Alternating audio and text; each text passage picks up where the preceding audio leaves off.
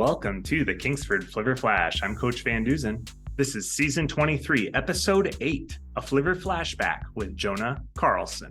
Well, Jonah Carlson graduated from Kingsford in 2014 and then was able to go off and play college football at both Michigan Tech and at Lakeland University. He has a criminal justice degree from Lakeland University, and he's currently working on his master's degree in education, and he's student teaching right next door. Well, thanks for coming on today, Jonah. I really appreciate it. Thank you. Thanks for having me on. Yeah, this is great. So start off, tell us a little bit about your playing days here at Kingsford. Yeah, so I moved to Kingsford my freshman year from Florence, Wisconsin, and was a lineman the whole time here. Kind of moved around from guard to center, and then when I got to high school, it was center and defensive line. I played all 4 years. I think we went to playoffs both my varsity years. Won GNCs, I think my junior year, kind of all a little fuzzy, but beat Iron Mountain every year we were here, so that's always a good memory.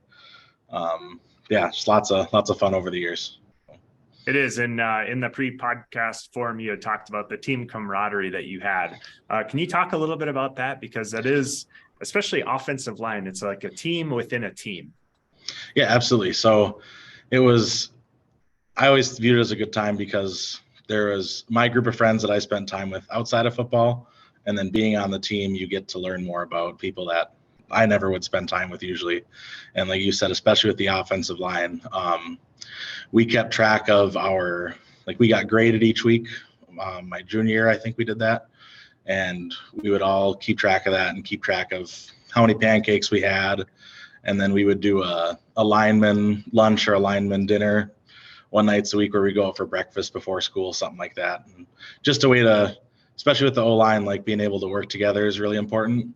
So having that and being able to trust each other and know each other was a big deal. So that's great. Do you still talk with some of your former teammates? A few. Yep, I have a couple live in town, and some I'll reach out to once in a while. So yeah. That's awesome. Lifelong friendships. Yeah, absolutely. So then you had the ability to go forward and play in college. So talk to us a little bit about how that went. Yeah, so I got a preferred walk-on to Michigan Tech after my senior year, and I was a redshirt freshman there, and that was an awesome experience because you go from, being pretty good in high school to bottom of the ladder pretty quick. So it was a good learning experience getting to play against guys who were a lot older, a lot bigger, a lot stronger and faster. Michigan Tech ended up not working out for me long term with the school part of it, so took a year off, and then Coach Mark Navarra actually played at Lakeland University, and he just kept putting in my ear that Lakeland would be happy to have me, and took a year off and decided that I wanted to go back and play at Lakeland, and ended up there for 4 seasons where I played center, which was the last position I wanted to play when I got there, and that's where I ended up getting stuck, but kind of made the position my own, and had a great career there. Made, again, lifelong friends that you make through football, and especially with the offensive line, and won a couple of conference titles, made it to the playoffs, and just had a great 4 seasons. So talk to us about some similarities between playing offensive line in college and offensive line in high school. What were some things that were the same or some things that were different? So I'd say some of the things that are different, especially from the way I was taught to block in high school, was a bit different getting to college. So that was a big technique thing to overcome.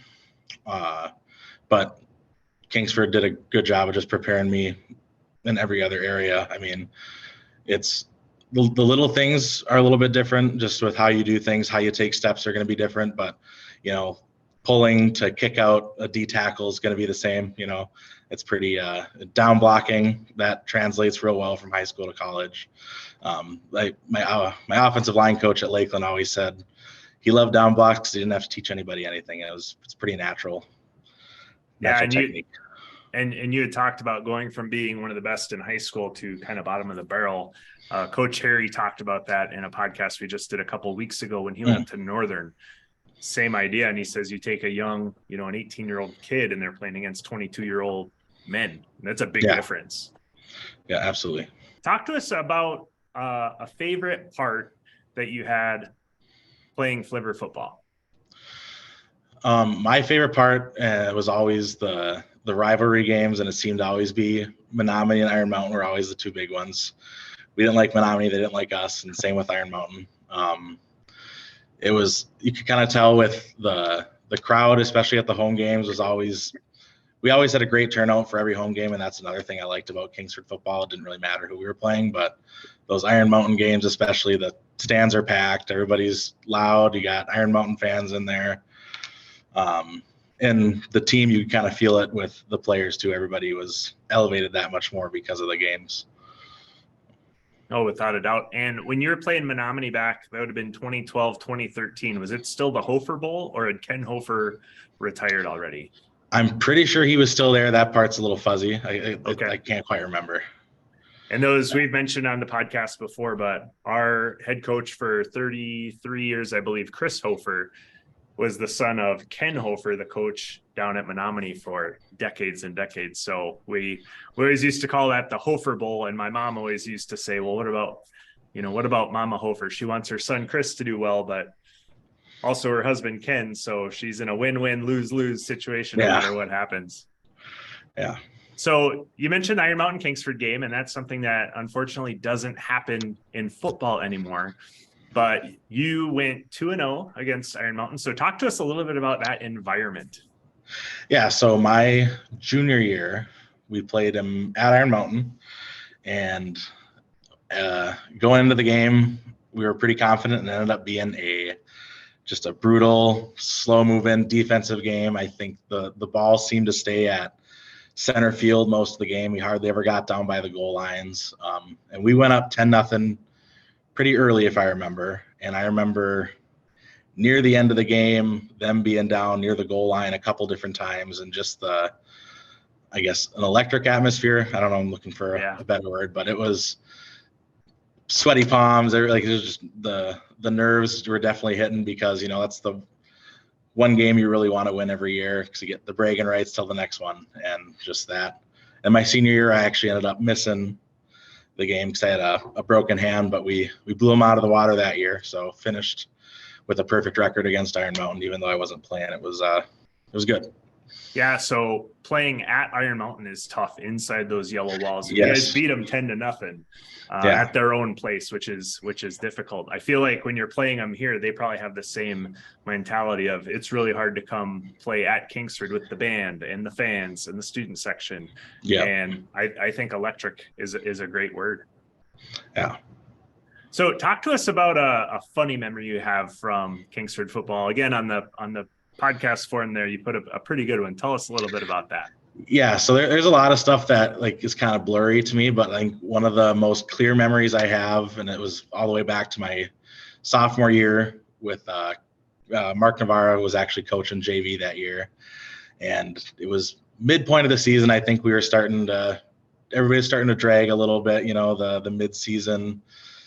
Everybody's legs were kind of dying. And we ended up having a practice where we all showed up, and skill players went with the lineman coaches, and Nice. the lineman players got to go be skill players for a day. And then we got to scrimmage against each other and getting to watch, guys that never touched the football line up at wide receiver and running back and quarterback and try to run our offense against the skinniest, smallest guys on the team is a very vivid memory, and just lots of laughs that day. And I think it served as a good springboard, I guess, for the rest of the season. It really kind of, everybody got a chance to take a breath, have some fun, and kind of remember that it's supposed to be a fun game, especially at that point in your career. It's like learning and getting better, and having that experience was good. Absolutely. And anybody who's ever been either a player or a coach knows that, like, that week 5 or 6, you can't really see the end of the tunnel yet. It really gets to be a grind, because you've been going for 3 weeks before that, even, with 2-a-days, and then the summer you're doing camps and lifting weights and whatnot. So what position did you play in that particular practice? I remember getting in at running back and linebacker, and I was coming through the hole and got tripped up by one of our wide receivers, got blown up by one of our linebackers who was on the D line, and I got tripped on the one time I got to touch the ball. Otherwise, it would have been touchdown easy. Oh yeah, 20 yards to the house, no problem. Awesome. So tell us some advice you have for some young Flivvers. Right now, you are student teaching in the 8th grade. So we talk with them all the time about win, win, win. We talk about getting into the weight room. And I know a lot of 8th graders have come to you specifically to kind of ask for your advice because you've been there, done that. You're a younger face. So what advice do you have for those 8th graders just coming up through the system? So obviously, like, the winning in the classroom is huge, because if you want to go play at the next level, you got to have good grades to get into the colleges. And coaches like to see that you are reliable and responsible in the classroom, because that translates to being responsible with the football team. And then taking advantage of the resources. So when I was at Kingsford, we didn't have Huddle. We had the little discs that we didn't have as easy of access to stuff like that. And then I think definitely absolutely getting in the weight room, especially with your team. It's a chance, because we didn't have as great of an off-season program my varsity years. So it's good to see now that a lot more kids are getting in there and working out together as a team and building that camaraderie, because you'll see those results. It's hard to see them in the summer and in the winter when you're doing it. But when you all take the field in the fall, like, you're closer, you're stronger, you're faster.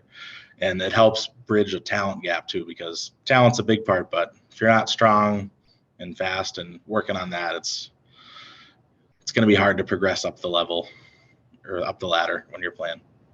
Yeah, I like how you put that, bridge the talent gap, because some players are just overly talented, right? And some players work really, really hard, but they're not as talented. And being able to kind of get those two things as close as you can. And it's cliche, but it's absolutely true, is hard work beats talent when talent doesn't work hard.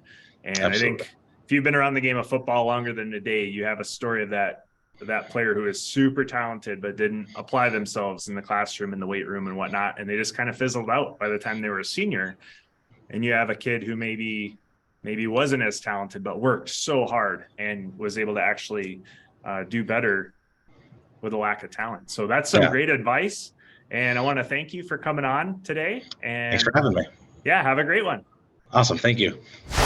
And that will do it for season 23, episode 8 of the Kingsford Flivver Flash. As always, I ask that you go down in the show notes and make sure you like, subscribe, and share this podcast on YouTube, Spotify, or wherever you listen. So follow us on Facebook, Instagram, Twitter. Go out there and find our blog. There's all different ways that you can connect with Kingsford football. Until next time, this is Coach Van Dusen. Win in the classroom, win in the community, and win on the field.